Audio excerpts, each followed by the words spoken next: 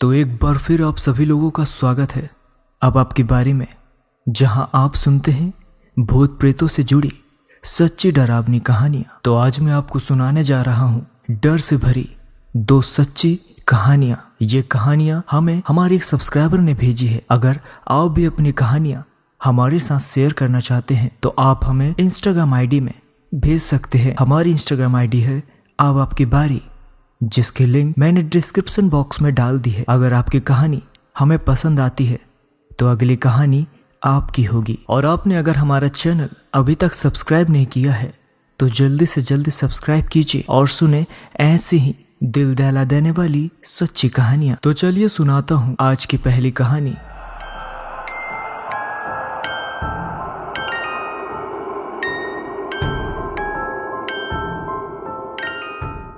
बुलंदशहर जिले के रहने वाले राम सिंह, जो कि मजदूर थे, फल बेचने का काम करते थे। जहां राम सिंह रहा करते थे वहीं पड़ोस में एक महिला अक्सर बहुत बीमार रहती थी, जो कि रिश्ते में राम सिंह के बड़े भाई की बेटे की पत्नी थी, जिसका नाम कमलेश था। कमलेश का बहुत इलाज कराने पर भी उसकी बीमारी ठीक नहीं हुई और एक दिन उस बीमारी ने कमलेश की जान ले ली। वह सबकी बहुत लाडली थी। अक्सर सबके प्यारे इंसान दुनिया से जल्द चले जाते हैं। जब कमलेश के अंतिम संस्कार की तैयारी चल रही थी तब राम सिंह ने कमलेश की नाक से नथनी, जिसको लौंग भी कहते हैं, उतार ली और अपने पास रख ली। राम सिंह गांव-गांव घूमकर फल बेचा करते थे, जिसके कारण उन्हें घर लौटने में देर हो जाती थी। एक दिन की बात है, वह फल बेचकर लौट रहे थे। रात के करीब 11 बजे होंगे। वह एक वीरान रास्ते से अपनी साइकिल से घर की ओर जा रहे थे कि अचानक उन्होंने अपने साइकिल पर वजन महसूस हुआ और वह सोचने लगे कि आज क्या हो गया, मेरी साइकिल ऐसी क्यों चल रही जैसे इस पर बहुत बोझ रखा हो। साइकिल के ऊपर वजन बढ़ता ही जा रहा था, जिससे साइकिल चलाने में राम सिंह को काफी दिक्कत हो रही थी। तभी अचानक उन्होंने पीछे की ओर मुड़कर देखा तो राम सिंह क्या देखते हैं, एक डरावनी शक्ल की औरत उनकी साइकिल पर बैठी है। राम सिंह पसीने पसीने हो गए, बेहोश होकर सड़क पर गिर गए। उसी रास्ते से 2-3 व्यक्ति जा रहे थे। उनमें से एक राम सिंह को जानता था। राम सिंह उन दोनों व्यक्तियों की सहायता से राम सिंह को उनके घर पर छोड़कर गया। सुबह राम सिंह की आंख खुली और रात की घटना से वह बहुत डर गए थे, इसलिए वह 4-5 दिन तक फल बेचने नहीं गए। घर में उनकी पत्नी और बच्चे पूछते कि क्या हुआ है, आप काम करने क्यों नहीं जाते। राम सिंह सोचने लगे कि अगर मैंने वो घटना इन लोगों को बताई तो ये मुझे पागल समझेंगे या मुझे निकम्मा समझेंगे कि काम ना करने का अच्छा बहाना निकाला है। गरीब आदमी अगर काम ना करेगा तो खाएगा क्या, सोचकर 4-5 दिन के बाद राम सिंह अपने काम पर जाने लगे। पहले की तरह गांव-गांव जाकर फल बेचने लगे। आज फिर उन्हें घर जाने में देर हो गई थी। जैसे ही वह उस सुनसान रास्ते पर आए, उनको एकदम से उसी दिन की घटना और उस औरत का भयानक चेहरा याद आ गया। अब वो अपनी साइकिल को तेजी से चलाने लगे। तेज चलती साइकिल की रफ्तार अचानक धीमी होती चली गई। राम सिंह बहुत ताकत लगा रहे थे, लेकिन साइकिल की रफ्तार थी जो और धीमी हो रही थी। अब उन्हें ये यकीन हो गया कि हो ना हो उस दिन वाली चीज ही मेरी साइकिल को रोक रही है। उन्होंने इस बार हिम्मत करके बिना पीछे मुड़े पूछा, कौन हो तुम, मुझे क्यों परेशान कर रही हो, मैंने तुम्हारा क्या बिगाड़ा है। साइकिल के पीछे से आवाज आई, चाचा मैं कमलेश। राम सिंह ने पूछा, कौन कमलेश और मुझसे क्या चाहती हो। तो उसने कहा, चाचा मैं कमलेश हूं, आपके भाई के बेटे की पत्नी। राम सिंह ने कहा, हाँ बेटा कमलेश क्या बात है और तुम मुझे डरा क्यों रही हो। तब कमलेश बोली, चाचा जी आपके पास मेरी लौंग है जो आपने मेरे मरने के बाद मेरी नाक से निकाल ली थी, मैं बस उसी को लेने आई हूं, मेरा आपको डराने का बिल्कुल भी इरादा नहीं था। राम सिंह ने कहा, ठीक है बेटा, मैं तुम्हारी लौंग वापस कर दूंगा बड़े भैया को। तो कमलेश ने कहा, नहीं चाचा जी, मेरी लौंग को आप वहीं रखना जहां पर मेरा अंतिम संस्कार हुआ था। दूसरे दिन उन्होंने वैसा ही किया जैसा कमलेश ने कहा। उस लौंग को अंतिम संस्कार वाली जगह पर रखकर आए और उस दिन के बाद फिर कभी कमलेश राम सिंह को दिखाई नहीं दी। तो ये थी आज की पहली कहानी। आप सुनते हैं आज की दूसरी कहानी। रिया अपनी मम्मी सुमन और पापा विनोद के साथ दिल्ली में रहती थी। वह हर साल अपने मम्मी पापा के साथ गर्मी की छुट्टियों में नैनीहाल जाती थी। उसका नैनीहाल अलीगढ़ जिले में है। एक बार की बात है, रिया की स्कूल की छुट्टियां पड़ चुकी थी। रिया और सुमन नैनीहाल जाने के लिए तैयार थे। विनोद को ऑफिस में काफ़ी काम होने की वजह से शाम की छुट्टी मिल पाई। दिन ढल चुका था। सुमन ने कहा, अब रहने दो, अब जाने का समय नहीं है, सुबह होते ही हम अलीगढ़ के लिए निकल जाएंगे। इस पर विनोद ने कहा, हमारे पास खुद की कार है, दिन ढल गया है तो क्या हुआ, हमें कौन सा वाहन बदलना है। रिया भी जिद करने लगी, मम्मा अभी चलो ना, मुझे अभी नानी के घर जाना है। रिया और विनोद के बहुत जिद करने पर सुमन जाने के लिए तैयार तो हो गई थी, लेकिन अंदर ही अंदर न जाने क्यों उसका मन घबरा रहा था। अब रात हो चुकी थी और इन लोगों की गाड़ी सड़क पर चले जा रही थी। रात की वजह से सड़क पर वाहनों की आना जाना कम हो गया था। विनोद कार चला रहा था। सुमन और रिया पीछे की सीट पर बैठे थे। जिस गांव में उन्हें जाना था वह गांव अलीगढ़ से करीब 20 किलोमीटर आगे था। वह अलीगढ़ पहुंच चुके थे।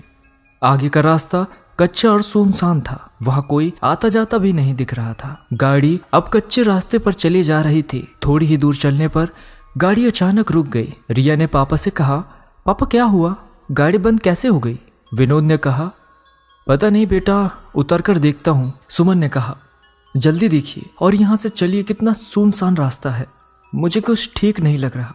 कार से उतरकर विनोद ने गाड़ी की बोनट को खोल कर देखा, लेकिन गाड़ी में कहीं कोई कमी नहीं दिखी। वह कार के अंदर आकर बैठ गया और कुछ सोचने लगा। तभी सुमन ने कहा, क्या हुआ, चलिए ना। विनोद अभी कुछ सोच रहा था। फिर सुमन ने रिया के पापा के कंधे को पकड़कर जोर से हिलाया और कहा, क्या हुआ, क्या सोचने लगे, मैं कह रही हूं चलिए यहां से, मुझे बहुत अजीब सा महसूस हो रहा है। एक तो सुनसान रास्ता, ऊपर से रात, जल्दी चलिए। तब विनोद ने कहा, मैं ये सोच रहा हूं कि गाड़ी में कोई खराबी नहीं है, फिर गाड़ी रुक क्यों गई, देखिए क्या पता गाड़ी स्टार्ट हो जाए। तब विनोद ने गाड़ी स्टार्ट करने के लिए चाबी घुमाई और गाड़ी स्टार्ट हो गई। अब कार दोबारा उस रात के अंधेरे को चीरते हुए फिर आगे बढ़ने लगी। अभी थोड़ी ही दूर कार चली थी कि रिया चिल्लाई, मम्मी। एकदम से विनोद ने कार को रोका। दोनों मम्मी पापा रिया से कहने लगे, क्या हुआ बेटा, चीखी क्यों। इस पर रिया ने कहा, पापा मुझे ऐसा लगा जैसे हमारी कार के नीचे एक आदमी और औरत आ गए हैं। विनोद ने कहा, नहीं बेटा, ऐसा कुछ नहीं है, अगर वह औरत आदमी हमारे कार के नीचे आ जाते तो हमें भी पता चलता, और वैसे भी रात बहुत हो गई है, मुझे नहीं लगता ऐसे में इस रास्ते पर हमारे अलावा कोई और होगा। रिया की आंखें डर से फटी हुई थी और वह कह रही थी, नहीं पापा, ट्रस्ट मी, मैंने देखा है उन आदमी औरत को। सुमन ने कहा, गाड़ी थोड़ी तेज चलाइए। गाड़ी की रफ्तार विनोद ने तेज कर दी। तभी कार के शीशे में विनोद को एक डरावना चेहरा दिखाई दिया। उस डरावने चेहरे को देखते ही विनोद का हाथ से स्टीयरिंग छूटा और गाड़ी का बैलेंस बिगड़ने की वजह से गाड़ी इधर उधर चलने लगी। जैसे तैसे करके विनोद ने अपने आप को और गाड़ी को संभाला। तभी सामने एक औरत आई और आदमी दिखाई दिया जो गाड़ी रोकने के सारा कर रहे थे, लेकिन विनोद ने गाड़ी नहीं रोकी बल्कि गाड़ी की रफ्तार और तेज कर ली, क्योंकि अभी तक तो वह रिया की बात पर विश्वास नहीं कर रहे थे। और अचानक से उन दोनों आदमी औरत का ऐसे कार के सामने आना और लिफ्ट मांगना सुमन और विनोद को डर से भर देने के लिए काफी था। विनोद तो पसीने में लथपथ गाड़ी को अंधाधुंध रफ्तार से भगाए जा रहा था। तभी ये क्या, वह औरत और आदमी जिनको विनोद ने पीछे छोड़ा था फिर सामने खड़े थे और गाड़ी रोकने का इशारा कर रहे थे। अब तो उन तीनों की जान मुंह को आ गई थी। अचानक सुमन का फोन बजा। हेलो, कौन? दूसरी तरफ से सुमन का भाई अर्जुन बोल रहा था। हेलो दीदी, कैसे हैं आप? सुमन ने कहा, भैया कुछ ठीक नहीं है, इस रास्ते पर बहुत गड़बड़ है। और सुमन ने उन दोनों आदमी औरत के बारे में भी अर्जुन को बताया। तब अर्जुन ने कहा, दीदी आप चिंता मत करो, मैं अभी आता हूँ। और 10-15 मिनट बाद ही अर्जुन वहाँ रास्ते पर खड़ा था। विनोद ने गाड़ी रोकी और कहा, अच्छा हुआ अर्जुन तुम आ गए। पता नहीं क्या हो रहा था हमारे साथ, कुछ समझ नहीं आ रहा था। अर्जुन ने कहा, कोई बात नहीं जीजा जी, मैं आ गया हूं ना, अब आपको कोई प्रॉब्लम नहीं होगी। अर्जुन ने कहा। अर्जुन भी अब कार में बैठा और कार घर की तरफ चल दी। अब तो मानो जैसे सुमन, विनोद और रिया का डर अर्जुन के आ जाने से हवा हो गया था। अब सब लोग घर पहुंच चुके थे। अर्जुन ने कहा, लाइए जीजा जी, कार की चाबी मुझे दीजिए, मैं पार्क करके आता हूं, आप अंदर जाइए। विनोद ने कहा, ठीक है, और चाबी अर्जुन को दे दी। जैसे ही रिया और उसके मम्मी पापा घर में इंटर किया, तीनों चौंक पड़े। घर में सब लोग रो रहे थे और सामने किसकी लाश पड़ी हुई थी, यह देख सुमन और विनोद दंग थे कि क्या हुआ है घर में, और हमें अर्जुन ने कुछ बताया नहीं। सुमन की मां ने रोते हुए सुमन से कहा, बेटा तेरा भाई अर्जुन अब इस दुनिया में नहीं रहा। इतना सुनते ही सुमन, विनोद और रिया के पैर तले जमीन खिसक गई। सुमन को विश्वास ही नहीं हो रहा था, क्योंकि जो भाई घर के बाहर तक उसके साथ था, घर में उसकी लाश पड़ी हुई थी। यह देखने के लिए कि कहीं यह मेरा वहम तो नहीं, सुमन ने अर्जुन के चेहरे से कफन हटाया। हाँ, यह सच था। सामने जो लाश पड़ी थी वह अर्जुन की थी। सुमन के पिता ने बताया कि रात के 9 बजे अर्जुन अपनी बाइक से घर आ रहा था।